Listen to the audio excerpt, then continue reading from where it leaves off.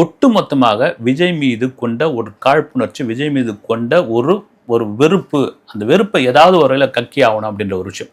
அதுக்கு காரணம் என்னன்னா, வளர்ந்து 2 வருஷம், இந்த பிப்ரவரி மாதம் வரும்பொழுது கட்சி ஆரம்பிச்சு 3வது வருஷம், 3வது வருஷத்தை ஒட்டி 2வது மாநாடு நடத்த போறாங்க. விக்கிரவாண்டி ஒரு மாநாடுக்கு அலற விட்டாங்க இல்லைங்களா? 2வது மாநாடை மதுரையில் நடத்துவதாக ஒரு ஐடியா. இந்த 2வது மாதம் பிப்ரவரி மாதம் நடக்க போகுது. அந்த 2வது மாநாட்டிற்கான ஒரு குழுவை விஜய் இப்பவே ரெடி பண்ணியாச்சு. நீங்க விக்கிரவாண்டியில நடத்தும் இந்த காட்டிலும் இந்த மாநாடு மிகப்பெரிய அளவில் இருக்கணும்னு, அந்த மாநாடு வந்த பிறகு, அந்த மாநாட்டுக்கு பிறகுதான் எனக்கு தெரிஞ்சு கண்டிப்பா ஒரு கூட்டணின்ற ஒரு விஷயத்தை விஜய் பேசுவார்னு நினைக்கிறேன்.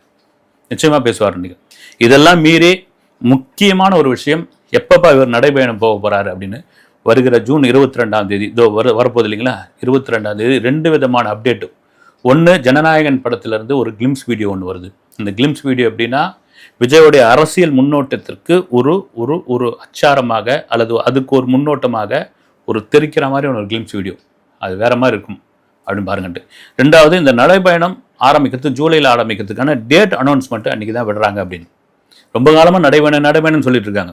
ஏன்னா ராகுல் காந்தி ஒரு நடைபயணம் பண்ணார், ஜெகன்மோகன் ரெட்டி ஒரு நடைபயணம் பண்ணார், பவன் கல்யாண் ஒரு நடைபயணம் பண்ணார். அந்த நடைபயணத்துக்கு பிறகுதான் அவர்கள் வெளியே பெரிய அளவில் பூம் ஆனாங்க.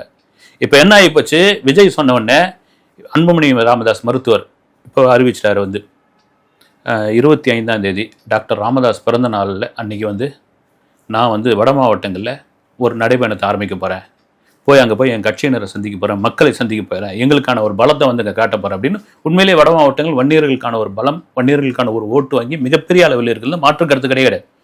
ஒருவேளை அதுக்குள்ளே விஜய் வந்துட்டார்னா, ஏற்கனவே விஜயகாந்த் தான் அப்படி சிதறடிச்சார். விஜய் வந்துட்டா இந்த நடைபயணன்ற விஷயத்தை இப்போ ஆரம்பிச்சிருக்காங்க. பிரேமலதா விஜயகாந்த் பொதுக்குழுவில் பேசுகிறாங்க.